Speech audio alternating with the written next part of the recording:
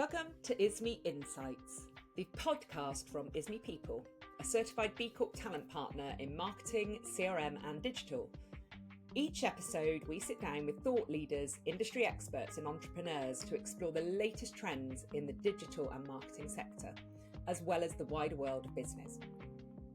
Our goal is to share real-world stories and fresh perspectives that inspire business leaders to grow their organisations and for professionals to build their careers. Let's dive into today's episode. Hello, welcome to today's episode of Isme Insights. Today I am absolutely delighted to have my own niece, Rhea Haynes, joining me. So Rhea has recently completed a year's internship in the creative team at Disney+. Whilst there, she was recognised for European award, the Gemma Award for the Best New Talent, which I think is absolutely incredible for a first year student. I wanted to get Rhea onto the podcast because it's important that we also interview people at the start of their career journeys around how they got into the industry, as well as interviewing people who are very experienced. So I am delighted to welcome you today, Rhea. Thank you for having me. Quite all right. So we're going to delve into some questions so people can get a bit of an insight into why you decided to do this, because actually it wasn't part of your course, was it? So we'll get on to that. Mm-hmm. What originally inspired you to apply for this internship at Disney+? So I was in my second year of uni and I was looking at summer internship opportunities for my summer between my second and third year, because I wanted to make the most of that summer, do some work experience in Bristol possibly. And I saw the opportunity of the Disney Plus internship. And like you said, the internship wasn't part of my course originally. So it was something I'd never thought of, but it just was the best. It was exactly kind of the thing I wanted to do, the best opportunity. And I thought, oh, I might as well apply for that and see what happens, because it was a year long. So I thought, well, I might not get that. It's Disney, but yeah, we'll see. I was just really inspired by the job description and I thought I have to give it a go. And you found it off your own back, is that, am I right? It wasn't through the university? Yeah, so because my course, in fairness, didn't have a placement year in it, they didn't really push any placement opportunities to us. So it was just the fact that I was on this student job site called Handshake, and it had just been listed on there. And that was how I saw it. And then, yeah, I guess because we hadn't had placements pushed to us, I didn't really reach out to anyone to ask for help on how to do it. I had my CV ready. So I just thought, I'll just apply myself and see what happens. I do remember you ringing me and saying they need a cover letter.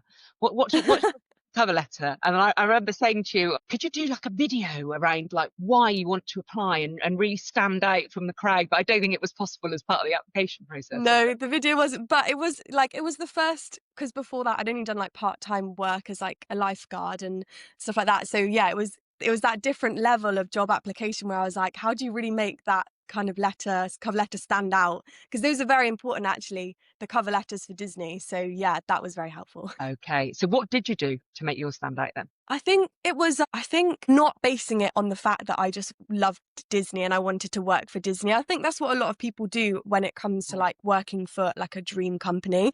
And obviously it's important that you show that you're interested in the company, but that's not the only reason why I was applying. I also showed like my love for the creative side of it, and that I wanted to work for like one of the top companies in what I love doing, more so than the fact it was, I love Disney films. And I think that really helps. Although you do love Disney, don't you? I do also love. I had to tone it down a little bit. Yeah. I know your middle name is Jasmine, and I'm sure there's a Disneyland coming on there. Okay, so how did your illustration BA at Falmouth University prep you for entering such a renowned creative environment that is known to everybody? Yeah, I think it's a difficult one because like my degree is in illustration, which is very different to, I wasn't on the design team at Disney. I was on the more AV, audio-visual side of things, doing video editing. So the degree in a creative sense didn't prepare me so much, but it was the way they kind of created our studio environment is what really helped. They kind of encouraged so much collaboration on our course and set up like a real life studio where you kind of can move around and see other people's work. And that was probably what gave me more confidence going into the workplace, to be able to like share my creative views and stuff. So that definitely, I mean, I learned so much when I started. I do think it was a massive jump. Nothing can really prepare you, but I did feel more confident because of that. And actually, it's quite an interesting debate that comes up a lot in my industry, certainly when clients are hiring, is around the whole hybrid working model at the moment. And Yeah. actually, know that because what you alluded to there and being able to sort of move around and see other people work is really important when you're learning within an organisation. I know Yeah. Disney have staff in 4 days a week and one working from home. Is that right? Do you feel that was really important for your learning and in the internship? Yeah, I mean, my team was like, it kind of varies a little bit person by person, and it worked out that most of the time I was in 4 days a week. Some of my team were only in 3 days a week. And those 3 days were the most valuable ones because you're learning from the people around you. I don't know how, it's not even like learning the creative things, it's learning the, like, as you would know, all the office things that you just wouldn't get without physically being there in person, like tea breaks and office etiquette, like talking to people and being physically in meetings. And, you know, like it's not just being in the meeting, it's when you're walking to the meeting and when you go in and you sit down and everyone's chatting first. Sounds silly, but when you first go into that environment, you just have to learn it from being around people. And I really valued the fact that we were in person for most of the week. That was really helpful. And even when we weren't, like, our team would always have like calls when everyone was working from home, just for like an hour, literally like non-work stuff, just to chit chat, because even that was helpful. If like you had any questions, you didn't want to just message someone, it was easy to just open it up to everyone then. Just things like that. Yeah, it was really helpful. And it is so, I mean, I hear it, the conversation come up time and time again. And then you'll have people who are experienced in a role go, well, I don't need to be in because Yeah. I don't need, I know what I'm doing. I get distracted, I get my head down when I'm at home, and that's, you know, much better place for me to work. It gives them flexibility if they've got, you know, childcare or caring duties. Mm-hmm. However, I am always really conscious in the back of my mind that how do the new people in an organisation learn Yes. there? And some people will say, well, that's not my responsibility. It absolutely is. We're all part of an organisation, whatever company you're working in, and Mm-hmm. part of creating that culture and that learning environment that is so important. Okay, so your first impressions. In fact, talk me through that pinch me moment when you found out that you'd been successful. How did you feel? Talk me through that. It was just amazing. I think you don't really expect it. And then, yeah, getting the call was just amazing. I was overjoyed. And also it was then the realization of like, oh, now I've got to like kind of live up to this interview I've just had. And then, yeah, so afterwards comes the bit of the like, oh, this is actually a big job and a big pressure now. But yeah, the excitement was, I didn't expect to get it. I know there was a lot of people who interviewed for it. So yeah, it was amazing. What was the interview process like at Disney? It was long. It was very long. It was started off with like just your normal interview, and then normal like application, and then there was a round of like your like filtering questions, which were like English based kind of. I think that maybe a bit too harsh for some people. I think they were quite difficult and maybe filtered out some, like personally in a creative role, some of those things aren't as important. So there was that kind of level, which fortunately I got through. And then like months and months later, I didn't even think I got it because I hadn't heard anything. There was an interview process and a creative task. That was the other important part. We had to edit like social content and edit a promo, which was part of the role, so they could see how well we did with that. So did you feel, again, I'm coming at it from, you know, someone in the recruitment sector. Yeah. Did you feel then, because you kind of had that first bit of the process, but you weren't then sort of didn't hear anything for a long time, and you'd Yeah. kind of written off, so you could have gone and got another role in that time because you might have thought, well, I'm not going to be successful here. Do you think that they could have done a better job then of keeping you updated, or was it just that they did and they told you it might be a while and you just sort of had written it off and thought, I'm not going to be successful? I think the thing is that they're Disney and they know that like if someone went and got another job, if they found out they got the Disney one, they're probably going to come back to Disney. So they've kind of got that advantage on their side. Like I Okay. personally only applied for Disney, so all my eggs were in that one basket.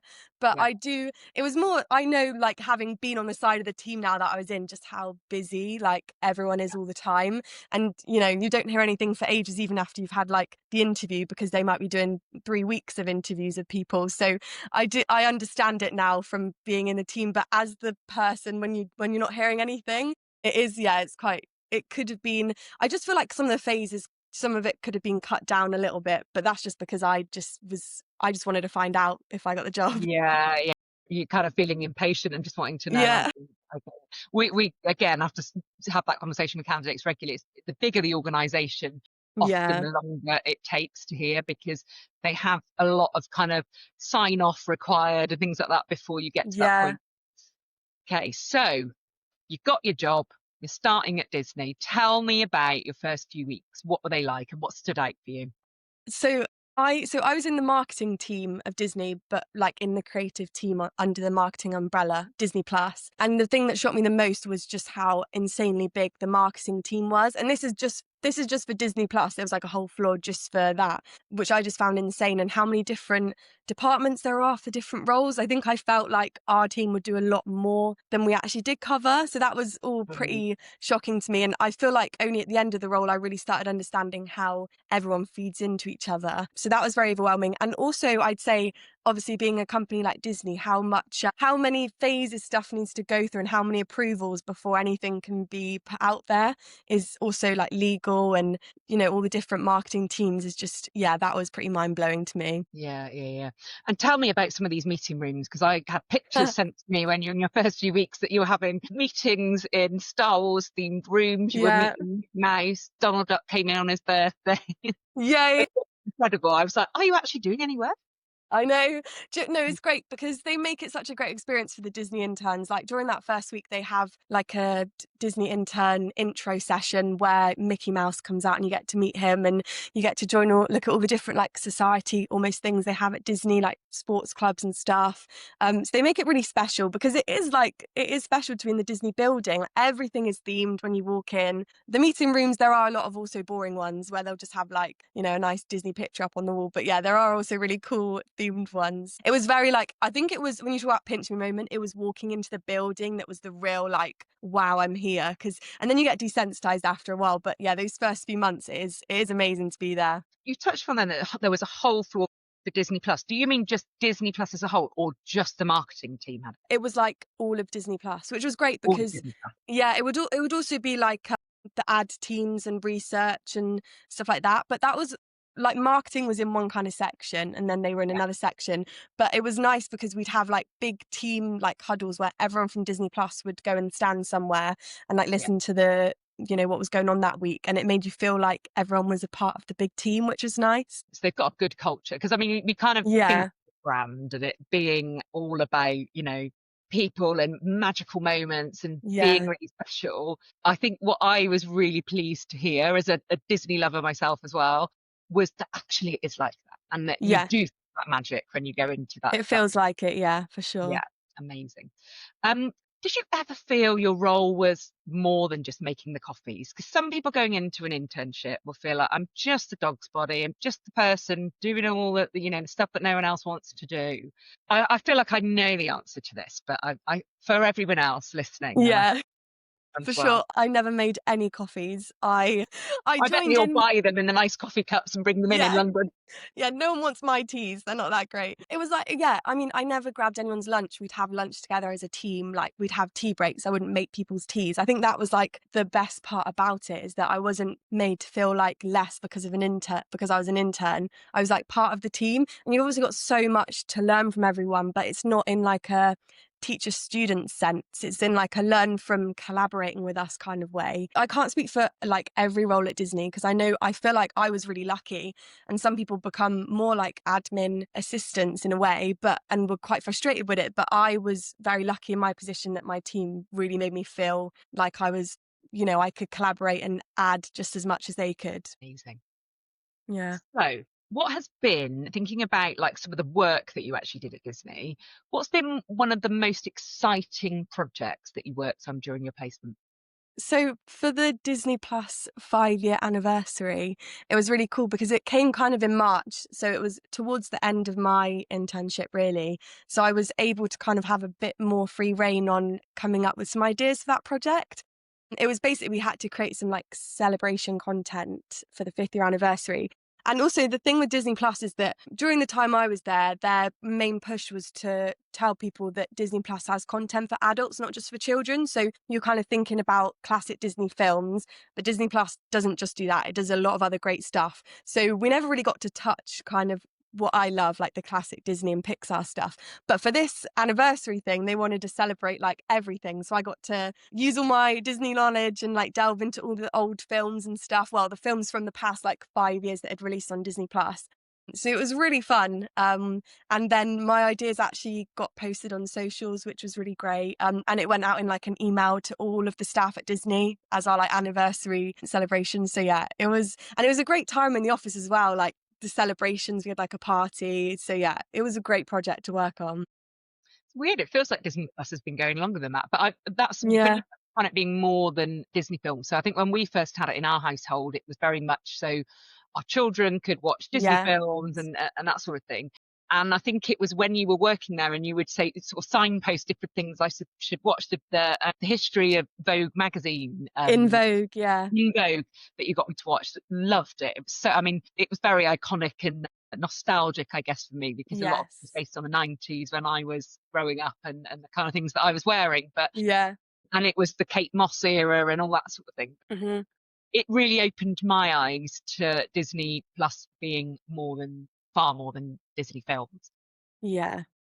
Going back to your, one of your favourite sort of Mm-hmm. things that you put together and projects you worked on, how did you go about finding all? Because I've watched this as an Instagram reel, I think on their Instagram page, and it's very clever in the way that it's lots of different. They're saying happy birthday to you, but you've got different snippets of people's films. They're singing. It's like a sing along, but with all the different characters and just loads of different films all saying this. So you must have had to trawl through so much to find characters saying the right words that you need in order to I'll put a link to what we're talking about in the show notes for this, so people can go and look at it if they want. It's only a very short clip to watch through, but you kind of just start thinking, how did you find all it? I mean, it would take ages. So I was working on that project back in Christmas. Bear in mind the birthday was in like March time. And it took a long time. We have a great software called Genome actually, where you can type phrases and it searches through like all of the Disney content and finds where people have said that. But if you type in happy birthday, you still get like 10,000 things come up, so it doesn't help loads. But and there was a bit process of elimination and finding bits that worked. And also there was like main bits of media that they wanted to push, so things like what shows were big at the time or their big hitters. So I kind of watched through all those shows and films and just like listen out for the words. And then the other thing is that, like I said about how long it takes to approve stuff, I had a lot of clips in there from TV shows where they then say, actually, we don't want to use that because it's a bit controversial now, that show, or we don't want to push that show anymore. So I'd have to pull bits out. So it was constantly like a puzzle of just like putting bits in and out until we got the final piece. So you also worked on or got involved with some social and digital out-of-home content. So for those that don't know, that's billboards and things like that. Yeah. What did the creative process look like for that? How does that differ to the kind of video stuff that you were doing? Yeah, well, they're usually part of campaigns. So the out of home will go alongside, like when we're working on our Christmas campaign, I worked on the out of home ones. So for social stuff, you're kind of looking at what's going to go on TikTok and kind of be short and snappy, attention grabbing. Out of homes is kind of more, people are driving past something or walking past a digital billboard in a mall. They don't have ages to stop and look at something. So you're kind of getting your message across quickly. But that was exciting for the Christmas campaign. It was kind of a bunch of visuals with like smart slogans on them. And I got to create a few and they went up in Westfield on the digital billboards in the mall. So I got to go and see them in person. So that was quite cool. But it's just about like how quickly people retain the information, I think, is the difference between the two. Sounds like you learned an awful lot when you were there. Yeah. The way you're talking now in comparison to what you probably around kind of marketing and creative before that. Yeah.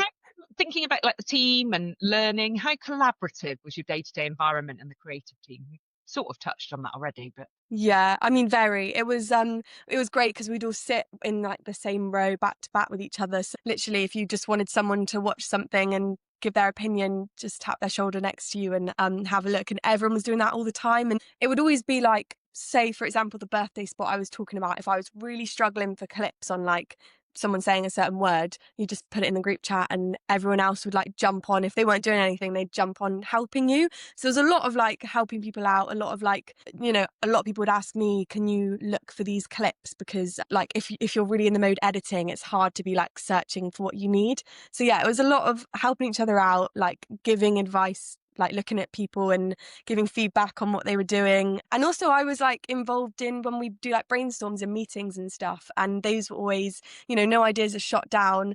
Everyone, I mean, I was in awe on my team of how amazingly creative everyone was and amazingly quick they were at coming up with ideas, but everyone would just throw out ideas and nothing would be shot down. People would bounce off each other. Yeah, it was a really great environment to be in. So you felt you were able to kind of have a voice in that room and around that table? Yeah, for sure. I mean, it was like I said, they're all just they're so experienced, they're so quick at coming up with ideas. Like I would maybe have one idea for their 15, but I always felt like I could share that and it wouldn't be shot down. And it was really inspiring to like see their way of thinking. And I think maybe that's why they've all like, they can come up with so many ideas, because for so long it's about not shooting down like your ideas and just letting them come out.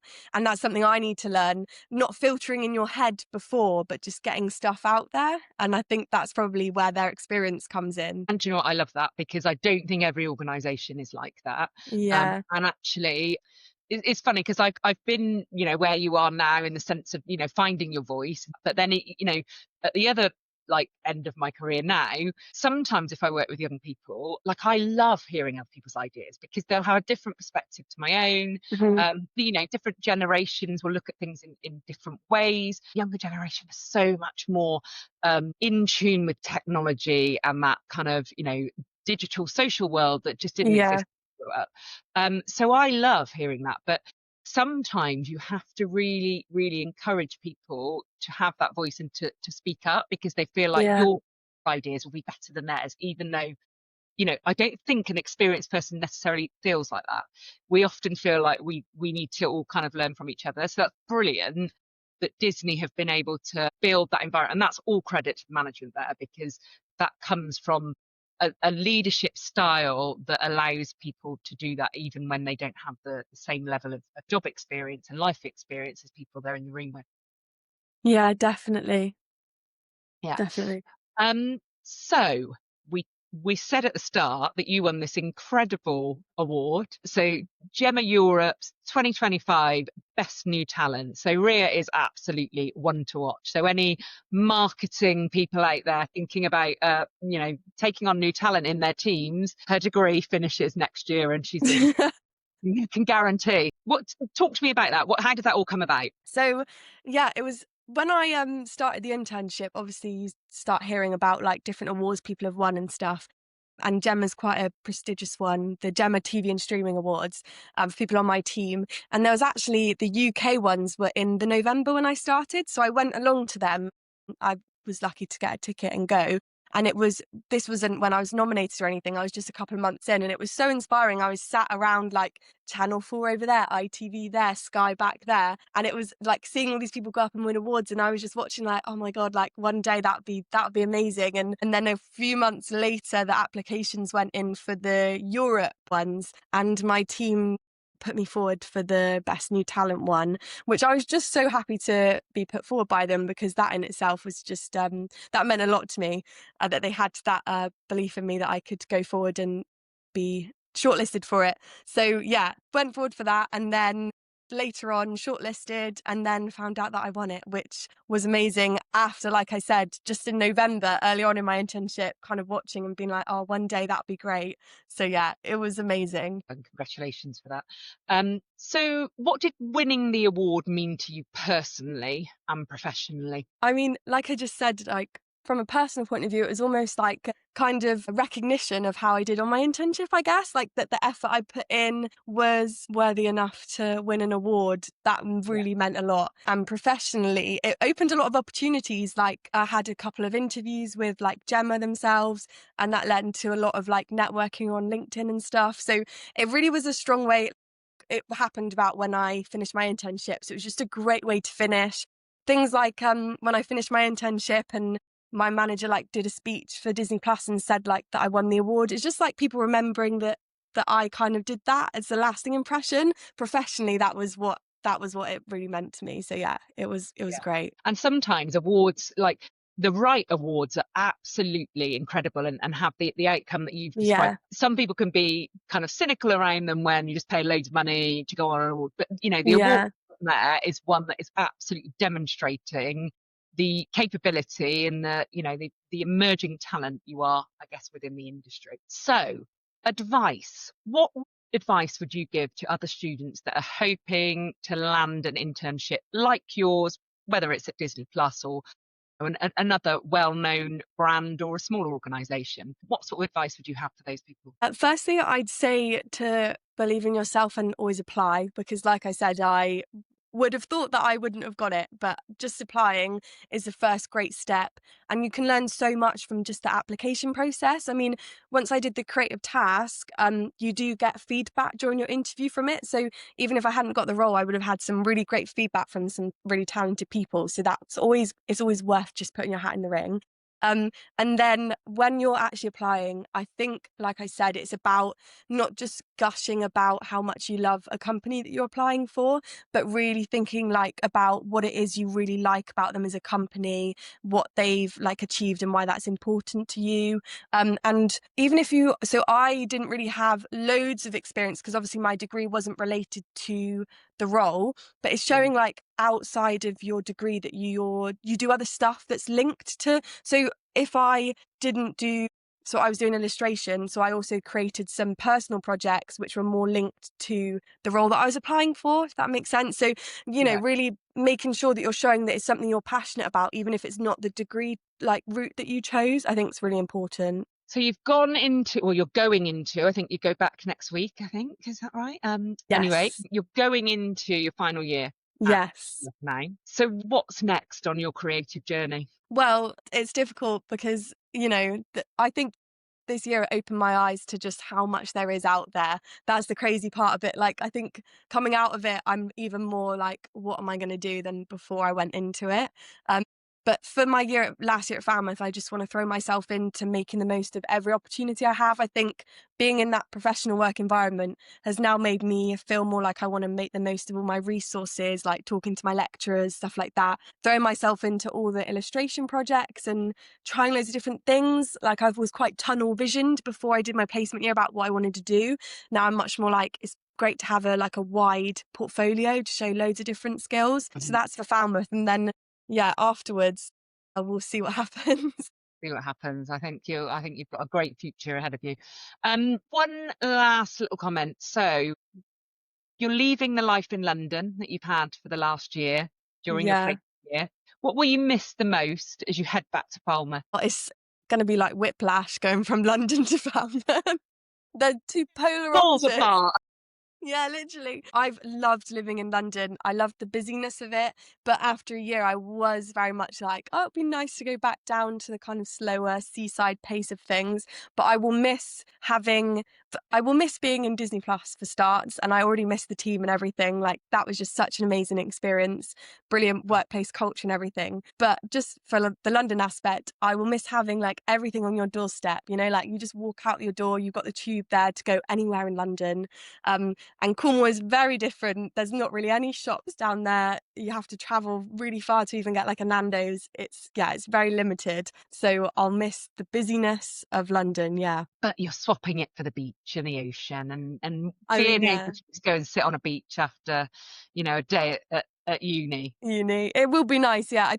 I think it'll make me appreciate it a lot more, actually, having not had it for a year than if I'd gone and just done my third year straight away. Because I'm like, oh, my last year living down in Cornwall, got to make the most of the beaches and stuff, because it is lovely down there. Yeah, amazing. Well, thank you, Rhea. That has been an absolute pleasure and a real insight into what your placement year has been like. I've talked to you about it throughout that year, but I've just learned, even more. And I think it will be a real inspiration to others out there. And also even, experienced people in their role to hear how you feel going into that world and how they can perhaps help newer, less experienced employees in organisations to make sure that they have the best start in their career journey. So I think that's been a great episode all round. So you very much for that. And we're wishing you all the best with your final year at university. Thank you. Thanks for having me. Thank you. Thank you for listening to Isme Insights, brought to you by Isme People, your B Corp talent partner in marketing, CRM and digital. We hope today's conversation gave you valuable insights you can take away for your business and career. To learn more about how we help organisations with end-to-end talent solutions, visit ismepeople.com. Don't forget to like this episode and follow the podcast for more conversations with leaders across marketing, digital and CRM and the wider business world. We'll be back soon with more conversations to spark ideas and action. Thank you.